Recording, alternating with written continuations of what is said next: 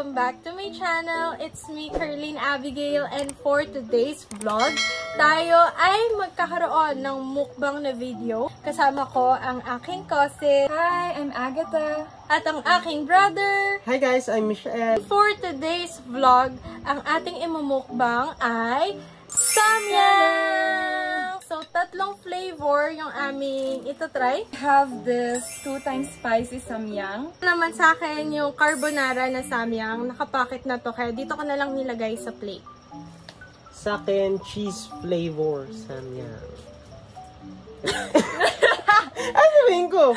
And as well, sa akin, yung flavor ko na samyang is yung cheese flavor. And syempre, hindi naman din kami ganun kalakas sa maanghang. Hindi din ganun kataas yung tolerance ko, as well as her. So, kaya, bumili kami ng milk para ma-wash out yung anghang niya sa bunganga natin mamaya. Okay. Okay, guys. So, without further ado, let's start our mukbang! Let's go! Siyempre, kailangan natin ng bowl para matry natin lahat ng flavor. Kasi share-share na kami dito. Hindi rin kasi namin to mauubos lahat. Para hindi po baboy. Tama. I agree. And while kumakain kami ng ating samyang, nag-aasa ko ng mga questions. Mga simple questions lang naman. Sasagutin namin siya. 3. Gusto niya, gugutom na ako. So, first namin itatry itong nasa akin, carbonara na samyang. Kuha na tayo and tikman natin kung ano yung lasa niya.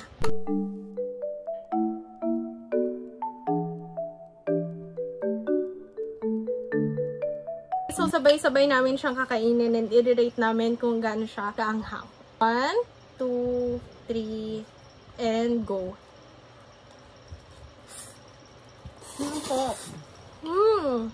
Sarap. Mixo. Masasarap. Masisayo. Debakin eh. I-rate mo siya agad siya. Kung gano'n siya kaanghang. I would say 6 lang, hindi 5 lang, ganun. Parang may konting hint lang siya sa lalamunan na anghang. Ikaw naman, anong masasabi mo sa anghang niya, sa flavor? Lasa ba yung carbonara? Nasa siyang keso. Ha? Nandun yung sweetness, yung creaminess, spiciness niyan. Siyempre, nandun samyang to. But, sa any other na samyang flavors, ito yung pinaka-light. So, I would give this like 3 to 4 out of 10 sa spiciness niya. Ako naman guys, lasa mo naman yung flavor ng carbonara. May nam-nam din. Pero syempre, maanghang pa din siya. Of course, samyang kasi to. Pero ganun din, mga 5 ko i-rate yung anghang niya. For those people na hindi masyadong mahilig sa maanghang, I suggest itry nyo tong carbonara na to na samyang. 5 out of 10, pero minum ka na yan. Kala ko ba tayo? Bakit ka uminom? Sorry. So now, let's try the cheese flavor na samyang. So magtanong na tayo guys nung first question natin. Habang kumakain tayo nitong cheese flavor na samyang. Dahil tayo ay nagmumukbang tungkol sa pagkain ang itatanong natin sa kanila. So, ang pinaka-favorite nyong kain? Ako, pinaka-favorite ko talaga is carbonara and adobong sitaw. Like, Oo guys, kasi hindi siya mahilig sa mga meat na pagkain. kumakain ako ng meat pero vegetables pa din talaga. Now, yung sagot naman ng aking kapatid, ano ang iyong pinaka-paboritong pagkain? Favorite kong food yung hindi siya specifically yung pinaka-specific na food. Bangus. Any luto. Pwedeng prito, sinigang. Adobong bangus. Nakakain ka na ba ng adobong bangus? Guys, nag-aaway na sila. Nag-aadobong bangus? Why not try it, mga pare? Ako naman guys, ang pinaka-paborito kong pagkain ay yung sinigang na salmon. Kasi mahilig ako sa mga mananamnam na food. And, of course, sisig. Yun yung pinaka-favorite ko din when it comes kapag pork naman na dish. So, anong masasabi mo, Agatha, sa flavor nitong cheese, yung spiciness na level niya? Okay ba? Naanghangan ako, so maybe mga 8 siya kasi ang sakit sa lalamunan. For me lang ha, ewan ko sa kanila. Kakainin ko na. Ito na.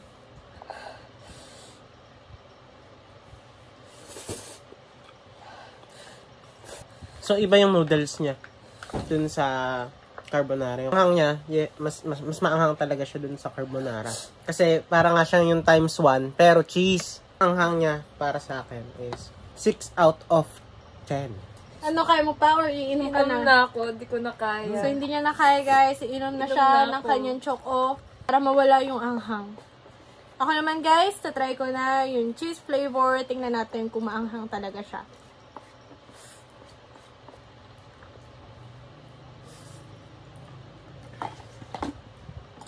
For the flavor, guys, for me, hindi ko lasa yung cheese niya. So, much better kung ilagyan nyo siya talaga ng literal na cheese sa ibabaw. Kung lalagyan niya nun, mas okay siguro yung lasa nito. Pero yung ahang niya for me is 7 out of 10. Pero kaya naman siya, kaya ko pang hindi inuman ng gatas. Actually, yung anghang ng samyang, kung kinakain mo siya, hindi mo mararamdaman yung anghang.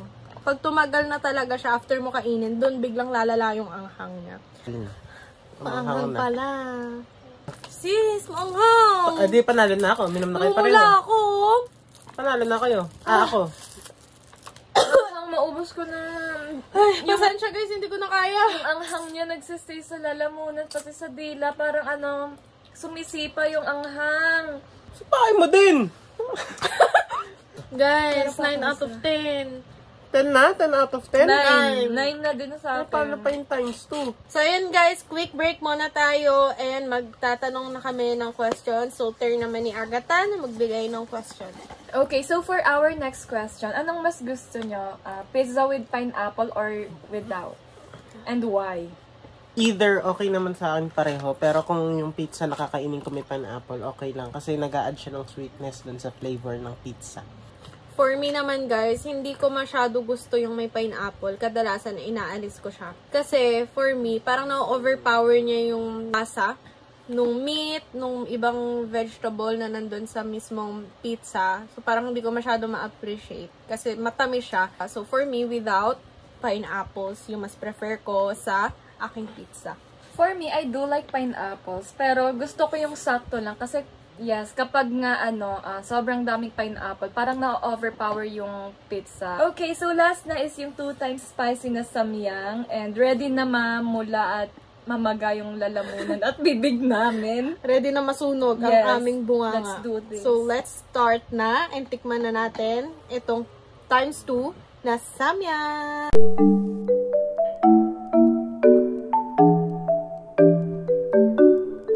So, sabay-sabay namin siyang titikman, guys. In 1, 2, 3. Let's go. Tatakot ako.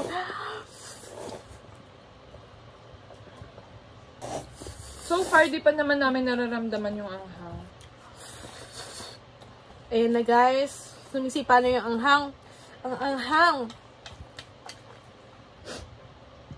Ano kayo ba? Grabe yung anghang nito.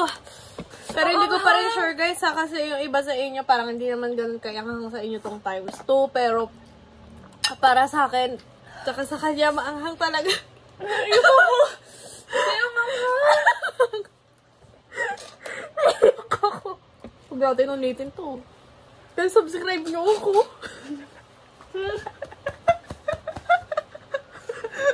Pero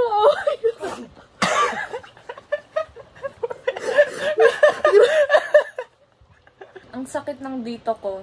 Pero yung sa lalamunan, konting-konti na lang. Pero yung sa lips ko, ang sakit. malaking tulong talaga yung gatas. Ang review ko dun sa times 2, 9 out of 10 yung anghang kasi hindi ko pwedeng i-10 out of 10 kasi may mas maanghang na version pa sa kanya. Mas malaking tulong to. Sarap Oo, neto. milk talaga. Selecta! Baka naman! Baka naman. Bago namin sabihin yung final verdict namin kung anong flavor yung pinaka nagustuhan namin, tatanong na muna kami ng aming last question para sa video na to. The question is, what is your favorite cuisine except Filipino? For me, I'd say Thai cuisine. Kasi sobrang sarap. Lalo na yung pad thai nila. The best talaga. Yun talaga yung pinaka-favorite ko.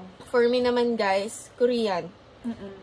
Kasi parang halos lahat ng pagkain nila masarap talaga. Like japchae, kimchi, Bibimbap? bibimbap, masarap din. Sa akin, favorite cuisine ko is, other than the Filipino cuisine, is Indian cuisine.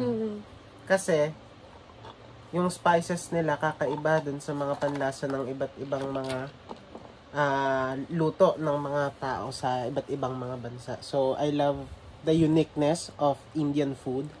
And also, kasi adventurous akong person, so I love to explore sa mga iba't ibang food. And yung natikman ko yung Indian, syempre kakaiba siya sa panlasa natin. Now, it's time guys na malaman nyo kung ano yung favorite na flavor namin. So, isa-isa namin sasabihin yon. So, let's start with Agatha. So, yung pinaka nagustuhan ko talaga is yung pinakauna, which is yung carbonara ba yan? Carbonara. Yung carbonara. Gusto ko siya. Kaya ko yung anghang niya. Kaya kong i-tolerate. Tapos, wala, masarap talaga siya. Kung kakainin mo siya as is, agree ako kay Agatha na carbonara.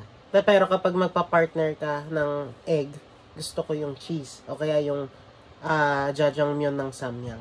Kapag naman merong mga meat akong kasama, mas gusto ko yung mas maanghang yung mga times 2 o kaya yung color black. For me naman guys, yung pinaka nagustuhan ko, pareho lang din kami, carbonara. Kasi manamnam siya, hindi ka mabilis masusuya sa kanya.